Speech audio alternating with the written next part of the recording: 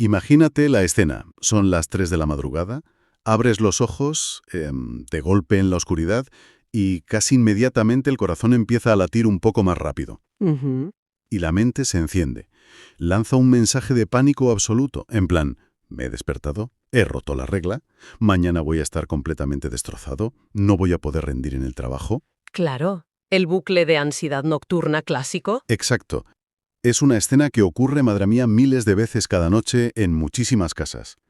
Y lo verdaderamente curioso de todo esto no es el despertar en sí, No, para nada. sino el pánico automático que genera pensar que hemos fallado, que hemos fracasado en nuestro intento de conseguir ese bloque intocable, monolítico de 8 horas de sueño ininterrumpido. Fíjate que ese pánico revela algo fascinante sobre cómo estructuramos nuestra existencia. O sea, asumimos que hay una forma, digamos, correcta y completamente universal de funcionar. Ujú. Y claro, si no encajamos en ella, automáticamente pensamos que el problema somos nosotros, que nuestra biología está fallando de alguna manera. Ok, vamos a desgranar esto, porque es que es un tema que tiene tela. Es como si tratáramos la experiencia humana como uno de esos muebles prefabricados que vienen en una caja plana. Sí, de producción en serie. Eso es. Abrimos la caja. Sacamos el manual de instrucciones universal que nos ha entregado la sociedad, donde te dice cuántas horas dormir, qué dieta seguir, cómo estructurar la vida social. Y te pones a ensamblar las piezas. Claro, te pones a ensamblarlas esperando que todo cuadre perfectamente a la primera. Pero, y aquí está la clave de nuestra inversión profunda de hoy, al intentar aplicar moldes universales, acabamos como si nos pusiéramos las gafas graduadas de otra persona. Qué buena analogía, sí. Al principio todo el mundo las lleva, así que parecen la opción más lógica. Pero al dar 3 pasos, de repente el mundo se ve borroso y, bueno, te acaba doliendo la cabeza de una forma terrible. Totalmente. Y la premisa que vamos a explorar, basada en las fuentes de hoy, rompe directamente con esa inercia. Los patrones universales no existen como leyes inquebrantables. Ujú. Son solo referencias. La vida no se obedece, la vida se diseña. Se diseña, me gusta mucho eso. Es un proyecto artesanal, único para cada persona. Pero antes de meternos de lleno, creo que es vital aclarar algo. A ver, analizar esta idea no tiene como objetivo en absoluto imponer un nuevo dogma de autoayuda. No estamos aquí para dictar nuevos mandamientos. No, ni muchísimo menos. No vamos a decirle a nadie cómo tiene que vivir. Exacto, se trata más bien de recuperar esa capacidad crítica, de diseccionar por qué esos manuales de instrucciones cotidianos generan tanta ansiedad. Y para entender el nivel de condicionamiento que tenemos, hay que empezar por la base más primitiva, la fisiología. Lo más básico de lo básico. Sí, porque si hemos llegado a estandarizar y externalizar funciones tan instintivas como el sueño y la digestión, pues el nivel de desconexión con nuestro propio cuerpo es asombroso. Pues vamos directo a ese mito fundacional del que hablábamos al principio. Las 8 horas seguidas de sueño. Porque hay evidencia histórica contundente de que antes de la revolución industrial y de tener luz artificial constante en todas partes, el patrón natural en toda Europa no era en absoluto dormir del tirón. Era lo que llaman el sueño bifásico. Eso es. La gente dormía, de hecho, en 2 turnos distintos. Claro, caían en un primer sueño al anochecer, luego se despertaban de forma completamente natural hacia la medianoche, tenían una vigilia tranquila y luego volvían a dormir un segundo sueño hasta el alba. Y lo fascinante aquí es que no era una simple anomalía cultural o una costumbre de la época. No. No, era una respuesta endocrina real. Y hay un experimento interesantísimo que demostró esto. Lo hizo el psiquiatra Thomas Ware en los años 90. Ah, sí, el experimento de la oscuridad, ¿verdad? Ese mismo. Aisló a un grupo de voluntarios y les quitó cualquier acceso a luz artificial. Los sumergió en 14 horas diarias de oscuridad para, digamos, simular las noches largas de invierno preindustriales. Madre mía, 14 horas en la oscuridad. Eso hoy en día suena a tortura. Sí, al principio lo pasaron un poco mal por el aburrimiento. Y bueno, en la primera etapa, el cerebro de esta gente se dedicó simplemente a deshacerse de la privación de sueño acumulada. Dormían muchísimas horas seguidas. Claro, recuperando la deuda de sueño. Exacto. Pero lo que se observó después es que la química cerebral cambió por completo. Sin esa luz artificial suprimiendo constantemente la melatonina, que es la hormona que regula el sueño, Sí. pues la secreción de melatonina se dividió de forma natural. Todos, absolutamente todos los sujetos del experimento volvieron de forma espontánea a ese patrón bifásico. O sea que el cuerpo recordaba perfectamente cómo dormir así. Literalmente. Está programado en nuestra biología. Entonces, a ver si lo entiendo. El problema real no es que nos despertemos a las 3 de la madrugada. Si el cuerpo humano lleva milenios adaptándose a estos ritmos fragmentados, el problema es el choque frontal, ¿no?, entre esa biología antigua y un horario de fábrica, de oficina, que nos impusieron hace apenas 2 siglos. Exactamente. Es esa fricción. El sufrimiento real, la ansiedad, no viene del desvelo en sí. Ya, Viene de la colisión entre lo que tu cuerpo hace de forma totalmente natural y lo que ese molde universal te exige que hagas. Es la culpa por no cumplir el estándar lo que te destroza. porque esa culpa activa el sistema nervioso, ¿verdad? Sí, activa el sistema nervioso simpático, te inyecta cortisol y adrenalina en sangre, y eso es lo que te impide volver a dormir, no el despertar natural. ¡Qué barbaridad! Y claro, esto nos lleva inevitablemente al otro gran pilar de la biología, que es la alimentación. Porque aquí también hay una tiranía tremenda. La alimentación es el paraíso de los moldes. Totalmente. Tenemos la famosa pirámide alimenticia, grabada a fuego, y ese dogma casi religioso de que hay que hacer 5 comidas al día para, supuestamente, mantener el metabolismo activo. Sí, el famoso fuego metabólico que hay que estar alimentando. Eso es. Pero claro, al rascar un poco en las fuentes, vemos que la flexibilidad metabólica del ser humano es inmensa. O sea, históricamente hay poblaciones agrícolas enteras que han rendido físicamente a un nivel brutal con solo 2 comidas copiosas al día. Claro. Y hoy sabemos que hay metabolismos que operan con una claridad mental asombrosa utilizando grasas como fuente principal de energía, mientras que otros sistemas, otras personas, rinden muchísimo mejor oxidando carbohidratos. Es que la nutrición estandarizada ignora por completo la variabilidad biológica individual.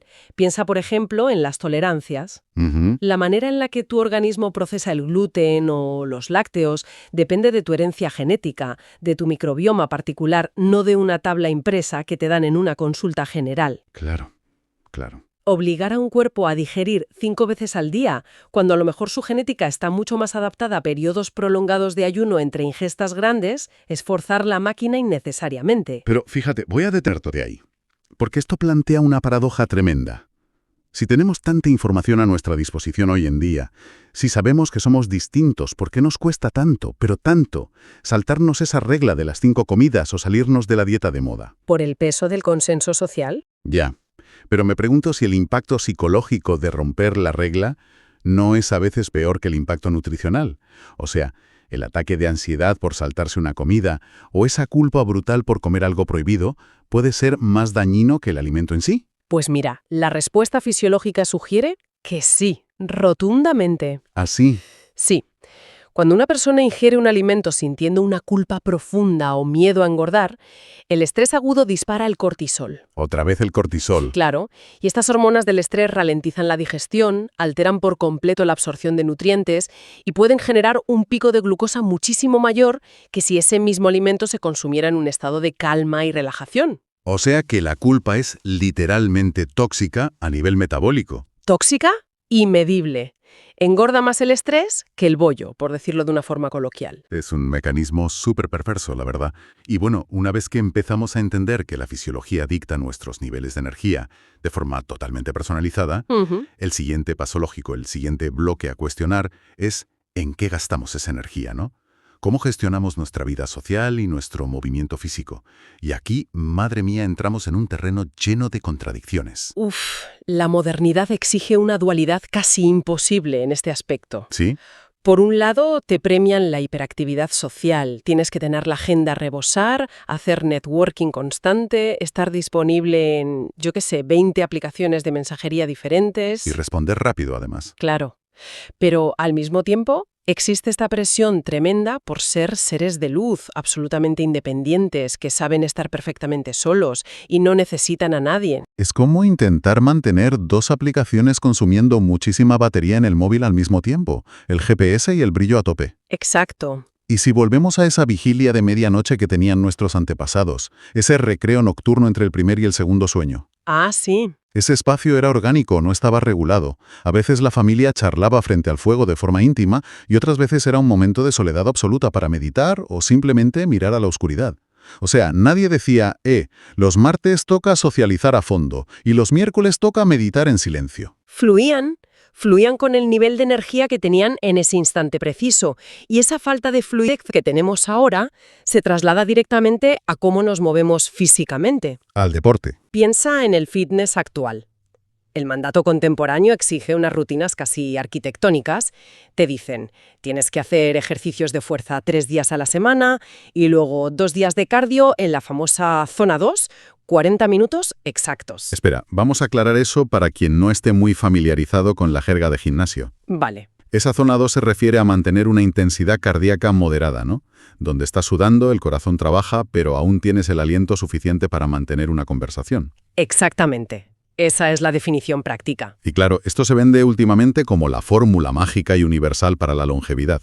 Y a ver, no es que el concepto fisiológico sea erróneo, los beneficios cardiovasculares están ahí. Claro. Pero convertirlo en un dogma inamovible ignora que somos organismos vivos. No somos motores de combustión que puedes programar a unas revoluciones concretas. Al tratar el cuerpo como una máquina, se ignora que hay días donde el sistema nervioso te pide una intensidad brutal. Lo que las fuentes llaman los días de león. Eso es, días de salir a cazar de máxima energía. Y hay otros días, los días de erizo, Días de erizo, me encanta. donde forzar esa zona 2, porque lo dice la tabla, añade un estrés innecesario a un cuerpo que a lo mejor ese día lo único que necesita es caminar suavemente por el parque o estirar en la alfombra. Me gusta muchísimo esa imagen de los días de león y los días de erizo.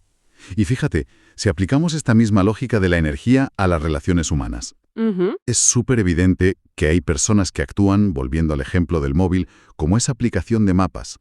En 5 minutos de charla te han drenado el 80% de la batería emocional. Te dejan seco. Y hay otras personas que te recargan. Pero aquí veo una trampa psicológica enorme, y te la quiero plantear. Dime. ¿Cómo diferenciamos entre buscar esa soledad sagrada que el cuerpo te pide en un día de erizo para recargar pilas y simplemente caer en el aislamiento por pura apatía, por inercia o por miedo a relacionarnos? Es una distinción finísima, pero la línea divisoria suele estar en la dirección de la energía. A ver, Diseñar tu vida social no consiste en cortar lazos con la gente de forma radical porque sí. Requiere la valentía de decir no a un plan, a una inercia externa, para poder decirle sí a una necesidad interna de descanso. ya. El indicador empírico, la prueba de fuego, es el resultado posterior. ¿Cómo te sientes después? Exacto. Si tras pasar una tarde en soledad sientes que tu capacidad de atención se expande, que la energía vital vuelve a ti, que tienes ganas de hacer cosas, entonces era una recarga necesaria. Vale. Si, por el contrario, esa soledad te genera una sensación de contracción, empiezas con la rumiación mental, te sientes más desconectado del mundo. Un bucle negativo. Eso es.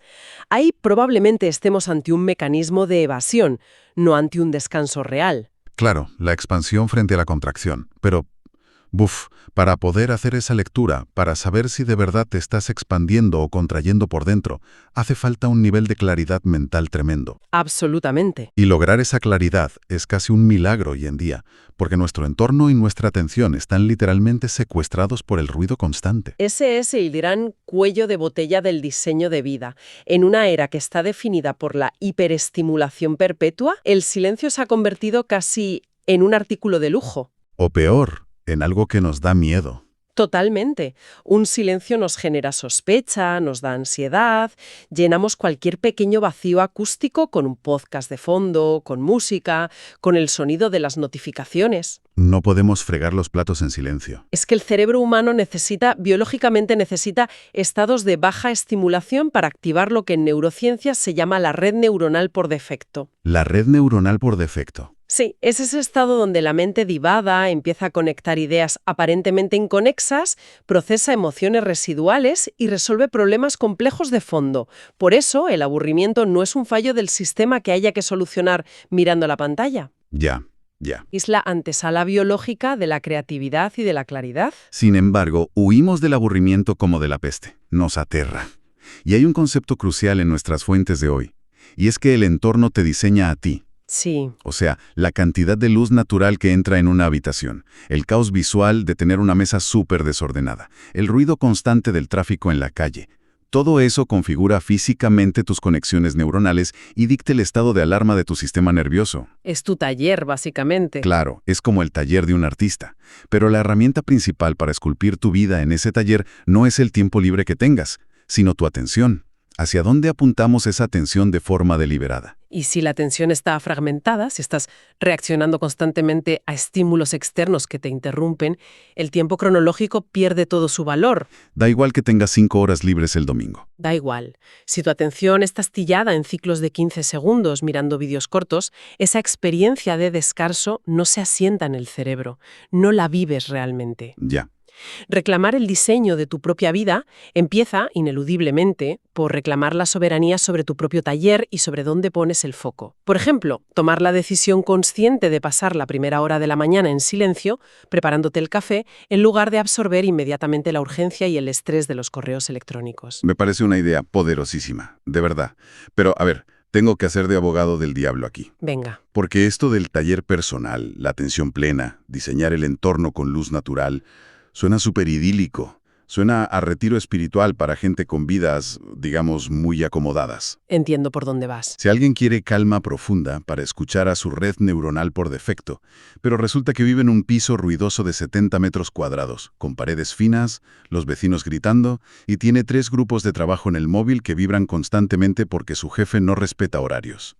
Pues esa persona está luchando contra un decorado completamente hostil. Entonces, ¿hasta qué punto podemos diseñar nuestra mente si las condiciones materiales, la vida real, juegan tan en contra? Es una objeción fundamental y muy necesaria, porque no vivimos en el vacío. El diseño de la vida no ignora la realidad material. De hecho, tiene que partir de ella obligatoriamente. Vale. El dinero y el trabajo son, en este contexto de diseño, la infraestructura básica del proyecto, el andamiaje. El problema moderno radica en que hemos invertido el propósito de ese andamiaje. ¿En qué sentido? Vaya. Exacto. Y si alguien vive en un entorno ruidoso y precario, el diseño de vida no es mudarse mágicamente a una cabaña de madera en el bosque, porque eso no es realista. El diseño consiste en buscar grados de libertad dentro de esas restricciones. Crear pequeños refugios. Microespacios. A lo mejor el diseño es comprarse unos auriculares con cancelación de ruido de segunda mano, o imponerse 10 minutos de paseo en completo silencio por el barrio antes de entrar al piso después del trabajo. Claro. Se trata de operar y tomar decisiones dentro de las restricciones, por grandes que sean. Esa es la diferencia entre la queja que te paraliza y la agencia personal, ¿no? Buscar esas pequeñas libertades. Pero ojo, que esto abre la puerta a otro riesgo que me preocupa bastante al leer esto. A ver, dime. Cuando introducimos todo este concepto tan bonito de diseño de vida, de respetar los ritmos circadianos y tal, corremos un peligro tremendo de que se convierta en la excusa perfecta para la irresponsabilidad absoluta. Uy, sí, la trampa del falso autocuidado. Exacto. Alguien podría decir, oye, no voy a entregar este informe clave hoy a mi jefe o no voy a recoger a los niños porque estoy en mi día de erizo y estoy respetando mi ciclo de energía y mi necesidad de silencio. Ya. ¿Cómo trazamos la frontera en el mundo real entre respetarnos a nosotros mismos esa coherencia interna y simplemente usar palabras bonitas para evadir nuestras responsabilidades de adulto? Pues mira, si conectamos esto con el panorama general del diseño personal, la frontera se establece mediante algo que requiere muchísima valentía. Una honestidad brutal con uno mismo. ¿Honestidad brutal? Sí, trabajo interior puro y duro. Utilizar el vocabulario terapéutico o del autocuidado para enmascarar la pereza o el miedo a enfrentarse a una tarea difícil es corromper por completo el diseño. Claro. Por eso el autoconocimiento no es un pasatiempo de fin de semana, es un muro de contención empírico. Diferenciar entre un impulso de evitación, de escaquearse, y una necesidad genuina de descanso exige que antes hayas prestado atención a cómo reacciona tu cuerpo. Volvemos a las pruebas empíricas. Exacto. Si tú evitas hacer el informe y sientes un alivio súper momentáneo, pero inmediatamente después te invade una ansiedad mayor por las consecuencias que va a tener, eso era evitación. Te estabas engañando. Sí, pero si tú pospones una tarea porque el agotamiento cognitivo es real, el descanso te va a producir una capacidad renovada para afrontar el problema mejor al día siguiente. Esa distinción es clave. El alivio momentáneo frente a la capacidad renovada. Y supongo que en todo este proceso de intentar hacer malabares, ¿no? Equilibrar el trabajo, la biología, la honestidad brutal y las malditas obligaciones financieras, pues es matemáticamente seguro que vamos a fallar. O sea, el diseño se va a desmoronar por algún lado, fijo. Y si buscamos la perfección en este rediseño, pues caemos en la misma trampa del principio. Crearíamos un manual de instrucciones igual de rígido y opresivo, solo que inventado por nosotros. Por eso mismo, la metáfora operativa para la vida no debería ser nunca la arquitectura, sino la jardinería. Jardinería. Cuéntame más de eso. A ver, un arquitecto trabaja con planos milimétricos, con materiales inertes, y tiene una ilusión de control absoluto. Si un pilar cede, el edificio entero colapsa. Es un fracaso total. Sí, Pero un jardinero trabaja con un ecosistema que está vivo. claro. Él acompaña el proceso, ajusta el riego si ve que las hojas están un poco secas, poda cuando hay un exceso de ramas, pero acepta de base que el clima es caótico, que a lo mejor viene una helada y que el crecimiento tiene sus propios tiempos que no puede forzar. Y fíjate que hay otra imagen en los textos que refuerza esto maravillosamente. Es el concepto del kintsugi. Ah, el arte japonés precioso. Ese arte de reparar la cerámica rota, pero en lugar de usar pegamento invisible, unen las piezas con oro. Lejos de intentar disimular la fractura o avergonzarse de ella, la iluminan. Exacto. El error, los meses de estrés sostenido donde perdimos el rumbo, las decisiones de las que nos arrepentimos.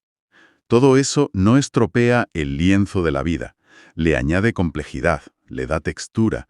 Y oye, si hablamos de lienzo, hay que hablar inevitablemente de los bordes. La finitud. Claro, nuestro tiempo no es infinito, nuestra energía no es infinita. Y la finitud es, paradójicamente, lo que le otorga todo el significado a la obra de arte. Hay un fenómeno psicológico súper estudiado, que es la parálisis de elección. Sí, cuando vas al supermercado y hay 20 tipos de cereales. Tal cual. Cuando nos enfrentamos a opciones ilimitadas, el cerebro se bloquea. Y lo peor es que sea cual sea la elección final que hagas, tu nivel de satisfacción disminuye, porque siempre te quedas pensando en las 19 alternativas que has descartado. Pensando que a lo mejor la otra caja de cereales era mejor. Exacto. Pues aplícalo a la vida. Si nuestra vida, nuestra energía y nuestro tiempo fueran infinitos, ninguna decisión tendría peso. Ninguna elección importaría realmente. Es como intentar pintar un cuadro en un lienzo que no tiene fin. Ujú. Como no hay bordes, te paralizas. Siempre puedes pintar otra cosa más allá, así que ninguna pincelada parece importante. Pero precisamente porque el lienzo se acaba, porque bueno, vamos a morir, y porque nuestra energía diaria se agota cada noche, Tristemente, sí. elegir una carrera, elegir una pareja o decidir dónde vivir implica renunciar a otras 1000 opciones. Y esa renuncia es lo que le da un valor incalculable a lo que has elegido. Así que equivocarse de trabajo o esas etapas de confusión total no son interrupciones molestas del diseño, No, son la materia prima. son la obra en sí. Completamente de acuerdo. Son los datos que definen los contornos de quién eres. Pero claro, aquí hay un problema. A ver, Intelectualmente, tú y yo, o cualquiera, podemos aceptar que el error es valioso, como el oro del kintsugi, y que los límites son naturales. en la teoría suena genial. Pero en la práctica nos topamos con el último gran antagonista de esta historia, el mecanismo de control más potente y venenoso que existe para mantenernos atados a los moldes del principio, la culpa. La culpa. La culpa actúa como una fuerza de gravedad. Sí, Aparece cuando comes fuera de horas, aparece al decirle que no a un plan social porque estás cansado o cuando te sientes improductivo un martes por la tarde. Y donde hay culpa, no hay margen de maniobra. Te paraliza. te secuestra. Pero quiero plantearte esto desde una perspectiva muy pragmática, muy de calle. Dispara. Para la persona que a lo mejor va conduciendo ahora mismo hacia el trabajo o que está en casa organizando cosas y que siente constantemente esa punzada de culpa en el estómago por no llegar a todos los estándares sociales o familiares, ¿cómo se apaga esa alarma? Ya. Porque las fuentes dicen que el trabajo interior es la clave, pero no todo el mundo tiene el tiempo, ni la energía, ni los recursos para pagarse años de terapia intensa. ¿Por dónde se empieza a apagar la culpa mañana por la mañana?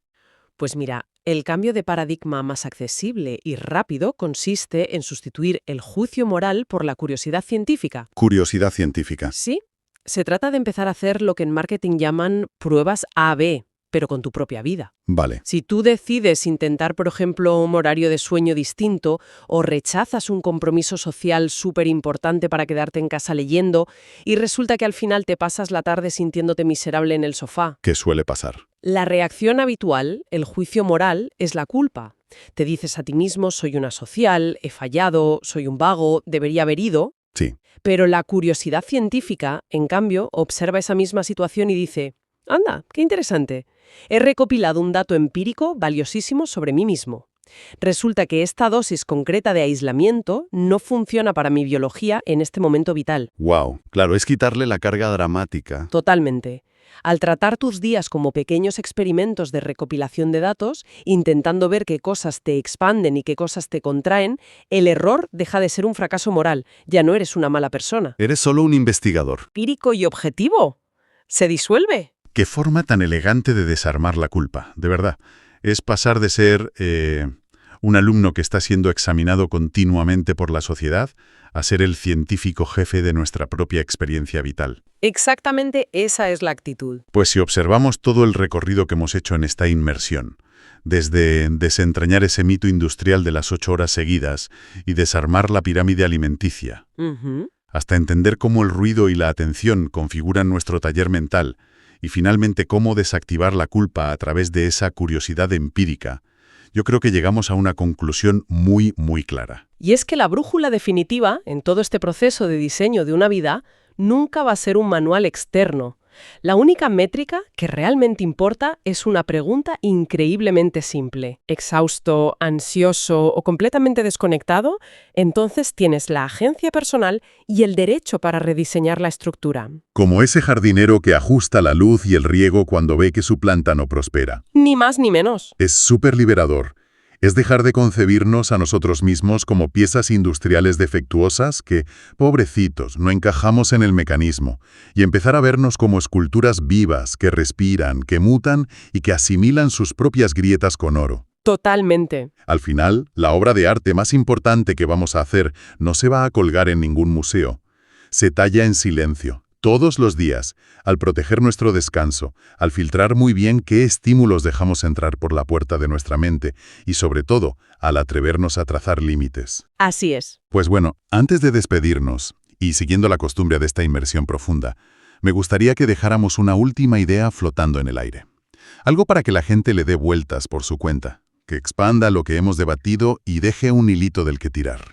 Pues mira, a lo largo de todo este análisis, hemos hablado muchísimo de diseñar estructuras y rutinas basándonos en el autoconocimiento de quiénes somos hoy. En nuestras necesidades del presente. Claro, pero si de verdad abrazamos la idea de que somos una obra viva en constante transformación, esto abre un interrogante que a mí me parece fascinante. A ver.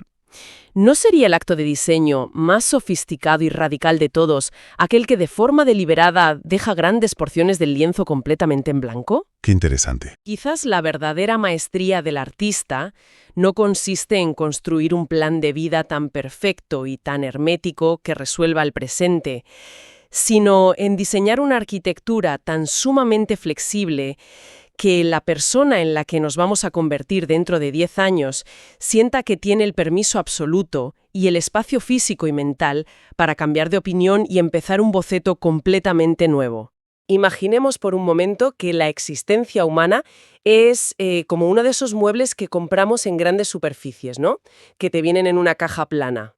Sí, con su llave Allen y todo. Exacto, con su bolsita de tornillos súper contados y sobre todo un manual de instrucciones milimétrico.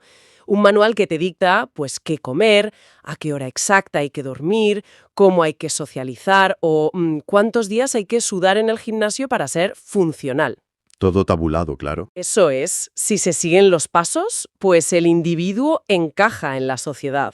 Pero si te sobra un tornillo o falta una pieza, el mueble queda cojo. Y la narrativa oficial es que la culpa, obviamente, recae sobre quien está intentando montar ese mueble. Lo fascinante aquí es que las investigaciones y textos que analizamos hoy proponen exactamente lo contrario. O sea, el objetivo de nuestra charla no es dar otra lista de hábitos para el éxito, sino desmantelar la idea de que la vida viene con ese manual. es que no existe tal manual. Exacto. Los supuestos patrones universales no existen como leyes inquebrantables. Son, digamos, brújulas. Y la premisa central es que quien nos escucha no es un producto terminado, de fábrica. Cada persona es simultáneamente el artista y la obra maestra en un rediseño constante. Vale, me encanta esa metáfora de la vida como obra de arte. Vamos a desgranar esto desde los cimientos, porque para construir el manual, el texto base ataca a la regla biológica más intocable que nos han impuesto: dormir 8 horas del tirón. Uf, el gran mito de las 8 horas. Total. Hoy en día, si alguien abre los ojos a las 3 de la madrugada y no puede volver a dormir, el pensamiento automático es de pánico. No, piensan, mi cerebro falla, tengo insomnio crónico, soy un desastre. Claro, pero la historia y la ciencia nos muestran un panorama completamente distinto. Antes de la electrificación y la luz artificial masiva, el sueño ininterrumpido simplemente no era la norma. ¿No existía? No. Millones de personas en Europa, incluida España, practicaban de manera natural lo que se llama el sueño bifásico. O sea, la noche se dividía en 2 turnos. Qué curioso. Sí, había un primer sueño, desde el anochecer hasta más o menos la medianoche. Luego venía un periodo de vigilia tranquila de 1 o 2 horas. Y en ese rato, la gente no se quedaba en la cama sufriendo ataques de ansiedad por no dormir. Claro, porque era lo normal. Exacto. Era un tiempo sagrado. Se usaba para hablar en la intimidad, leer, echar leña al fuego, meditar. Y luego ya empalmaban con el segundo sueño hasta el amanecer. Es que, fíjate, tratar de dormir 8 horas seguidas cuando tu cuerpo no quiere es como forzar una de esas piezas de madera del mueble en el agujero que no toca. O sea, aprietas hasta que lo rompes y encima te frustras. Es una analogía perfecta. Y ojo, que esto no es solo una curiosidad histórica. Las fuentes hablan de un estudio súper revelador de los años 90, del psiquiatra Thomas Weir. Lo que hizo fue quitar la luz artificial de la ecuación. Oscuridad total, ¿no? Oscuridad diaria durante un mes. Sin pantallas, sin relojes.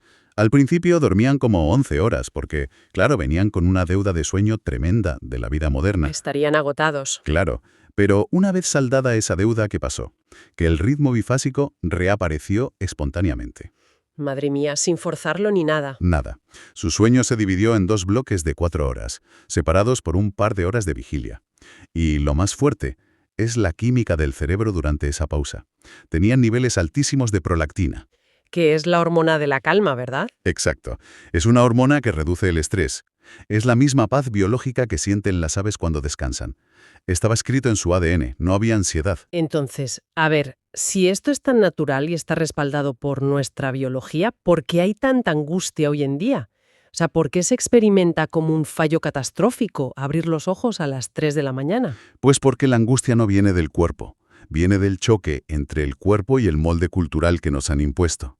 Ese molde de las 8 horas seguidas fue un diseño de las fábricas en la revolución industrial. Claro, pura productividad. Exacto.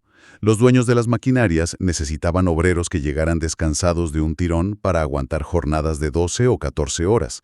Se priorizó la eficiencia por encima del ritmo humano. Ya, o sea que la ansiedad de las 3 de la mañana es, en realidad, el miedo a no ser productivo al día siguiente. Tal cual, la mente proyecta las exigencias del mercado. Mañana no rendiré, estoy fallando como trabajador. Por eso el cambio de paradigma es entender que el descanso no se obedece, se diseña. ¡Qué potente! Y claro, si el dogma del sueño es una invención industrial, lo lógico es cuestionar las reglas sobre cómo alimentamos y movemos ese mismo cuerpo, ¿no? Porque la nutrición y el fitness son tela. Un campo minado. Totalmente. Tienes un manual que te dice que hay que hacer 5 comidas al día para el metabolismo y otro que te exige ayuno intermitente. Unos que dicen que las grasas son veneno y otros que cuidado con los carbohidratos. Y el texto que analizamos es tajante. Desmonta esta universalidad de un plumazo. No hay reglas absolutas. Es que no las puede haber. Claro, hay agricultores tradicionales que rinden al máximo con 2 comidas copiosas. Y en cambio hay metabolismos que si no comen pequeñas cantidades cada pocas horas, sufren bajadas de glucosa horribles.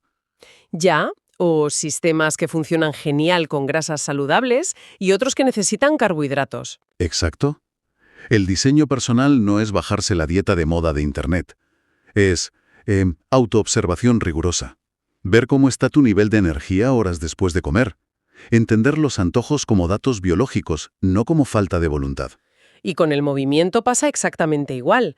Las fuentes desconstruyen todo el discurso del fitness de ir al gimnasio 5 días en la famosa zona 2 cardíaca y proponen ver el movimiento como un ritual. Hablan del concepto de fluir con los ciclos, los días de león y los días de erizo. Es una de mis metáforas favoritas de estas lecturas. A mí me encanta. O sea, aceptar que hay días de león, donde tienes esa intensidad y el cuerpo te pide, no sé, hacer spinning o levantar pesas. Y luego están los días de erizo, donde la biología solo te pide suavidad, unos estiramientos o caminar despacio. Y tiene base fisiológica. En los días de león tu sistema nervioso simpático está a tope. Hay adrenalina, cortisol saludable. Explosividad. Pero somos humanos, no máquinas. Claro. Hay que compensar con días de erizo, donde manda el parasimpático. Es el estado de descansar y digerir. Si fuerzas un entrenamiento de león, cuando tocan estiramientos, no mejoras, solo consigues lesiones y agotamiento. Aquí es donde se pone realmente interesante, pero también le veo un peligro. Hago de abogada del diablo introduciendo lo que los textos llaman coherencia interna. Si la regla es hacer lo que el cuerpo pide, ¿cómo distingue una persona entre una necesidad genuina, un verdadero día de erizo y simplemente la pereza o la evasión? Porque el sofá tira mucho. Tira muchísimo, sí, y esa es la frontera crítica. Diseñar tu vida no es justificar el no hacer nada. Requiere una honestidad brutal contigo mismo. La clave está en la recompensa. ¿A qué te refieres? A que cuando respondes a una necesidad genuina de descanso, el resultado es que te recargas. La mente se aclara, vuelves a tu centro. Pero cuando cedes a la inercia o al impulso, lo que queda es letargo, apatía, esa sensación de vacío. Totalmente cierto. La intuición busca el equilibrio a largo plazo. El impulso es el cerebro buscando dopamina fácil. Escuchar al cuerpo requiere trabajo interior. Y el mayor obstáculo para ese trabajo interior no es la falta de voluntad. Es una barrera emocional masiva de la que hablan las fuentes, la culpa. Y ligada a ella, el recurso más delicado que tenemos, nuestra atención. La culpa es el veneno absoluto en todo este proceso. Es que es el mecanismo de control, ¿verdad? Exacto. Los dueños de las fábricas, la industria, no necesitan vigilarnos porque ya han instalado la culpa en nuestra psicología. Nos hace sentir que cualquier desvío de la norma es un fracaso moral. Como cancelar un plan un viernes porque estás agotado. Eso es. El cuerpo te pide soledad para regular el sistema nervioso, pero la culpa te susurra al oído que eres un antisocial. Sin desactivar esa culpa no hay libertad, y sin libertad no puedes pintar esta obra de arte que es la vida. O sea, la culpa es como intentar pintar un cuadro precioso mientras alguien te agarra la muñeca y te dice así, no, por ahí te sales. Exactamente. Y para pintar, los textos dicen que el pincel es nuestra atención. Ponen el ejemplo del móvil por la mañana. Si abres los ojos y lo primero que haces es mirar redes sociales, ese contenido externo ya te ha secuestrado, moldea la obra por ti. Entonces, ¿cómo se recupera ese pincel cuando el mundo entero exige que estemos conectados? Pues si conectamos esto con la perspectiva neurológica, nuestros antepasados usaban el silencio y la oscuridad como taller para la claridad. Permitían el aburrimiento. Y el aburrimiento activa la red neuronal por defecto en el cerebro. ¿Y eso qué hace exactamente? Es la red responsable de la creatividad, de integrar la memoria y de la reflexión profunda. Pero hoy, a la mínima pausa, sacamos el teléfono. Picos de dopamina. Ya, ¿tapamos el silencio? Claro, y al impedir que esa red funcione, caemos en una rumiación tóxica enorme. La mente da vueltas sin soluciones. Para recuperar el pincel hay que crear espacios de incomunicación. Tienes que defender tu derecho a no estar disponible para el mundo, pero sí para ti. Fíjate, y hablando de espacios, esto nos lleva al entorno físico, porque todo arte ocurre en un taller, y el taller rara vez es impecable, suele ser caótico. Y el espacio en el que vivimos, la casa, la luz, el ruido, también nos diseña. El caos influye desde luego. Sí, a veces el desorden está en la mesa, no en la mente. Y aquí las fuentes introducen un concepto estético que me parece sanador, el kintsugi japonés. Preciosa filosofía. Es la técnica de reparar cerámica rota con oro, o sea, destacar la imperfección en lugar de ocultarla. Y dicen que se puede aplicar a nuestros días. Imagina que planeas un día perfecto y de repente una crisis te lo arruina. Bajo el manual de instrucciones, has fracasado. Pero como artista, ese caos de repentino no rompe el diseño vital, lo enriquece, es material nuevo. Eso quita un peso tremendo. A veces uno cree que falla en su meditación y en realidad está luchando contra el caos de su decorado. La flexibilidad es resiliencia. El rediseño se parece más a la jardinería que a la arquitectura. Me gusta eso. En la arquitectura, si un cimiento cede, el edificio colapsa. Pero un jardinero no obliga a la planta a crecer recta tirando de las hojas. Asume sus ritmos orgánicos. Habrá inviernos duros y primaveras explosivas. Claro, pero si la vida es un jardín constante y todo se puede rediseñar, corremos el riesgo de querer abarcarlo todo. Y toda obra de arte necesita un límite para tener sentido. Un cuadro necesita un marco, ¿no? Efectivamente. Y el marco de la vida es la finitud. Nuestro tiempo y energía no son infinitos. No lo son. El límite es lo que da forma a la obra. Si tuviéramos un tiempo ilimitado, ninguna decisión importaría. Introducir sutilmente la idea de la muerte o del límite temporal te da una claridad vital enorme. Claro, porque elegir una cosa implica renunciar a otra. No cabe todo. Exacto. Y esto, obviamente, aterriza en lo material, el trabajo y el dinero. El dinero es la infraestructura necesaria para el taller, para sobrevivir. Pero la verdadera riqueza es tener margen para decidir sobre las horas que no estás vendiendo. Fíjate que saber que somos finitos hace que cada pincelada sea más valiosa. Entonces, te lanzo una pregunta. ¿Significa esto que la obra nunca se da por terminada? Esa es la pregunta clave. Y la respuesta es que el diseño final es un proceso vivo. Mientras la respuesta a la pregunta ¿cómo se siente mi cuerpo hoy? Vaya cambiando a lo largo de los años, el artista tiene la libertad de seguir rediseñando. No se termina de forma estática. Bueno, vamos a ir recapitulando porque ha sido una inmersión súper profunda. Hemos destrozado literalmente el manual de instrucciones. Totalmente hecho añicos. Desde ver cómo el sueño bifásico nos enseña que despertar de madrugada no es fallar, hasta entender que en nutrición y movimiento hay días de león y de erizo, y que la vida, como decías, es jardinería, no arquitectura. Y que el trabajo interior es la herramienta principal, con el entorno como nuestro taller. Exacto. Y creo que el mensaje clave de los textos es que nadie, ni terapeutas ni gurús, puede dictar cómo hay que vivir. La culpa no tiene cabida en este proceso. Se trata de invitar a nuestra audiencia a abrazar su libertad y elegir qué patrones les sirven de verdad.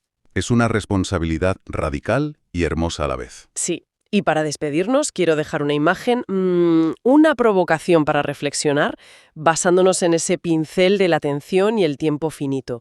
Si hoy asumes que tú eres la obra de arte más importante en la que vas a trabajar... Sin duda. Vale, la próxima vez que alguien se despierte en medio de la noche o que tenga 10 minutos de silencio absoluto esperando el autobús, la pregunta es... ¿Va a rellenar ese espacio con el ruido infinito del teléfono o va a dejar que el lienzo en blanco le muestre el siguiente trazo? Un placer y hasta la próxima inmersión profunda.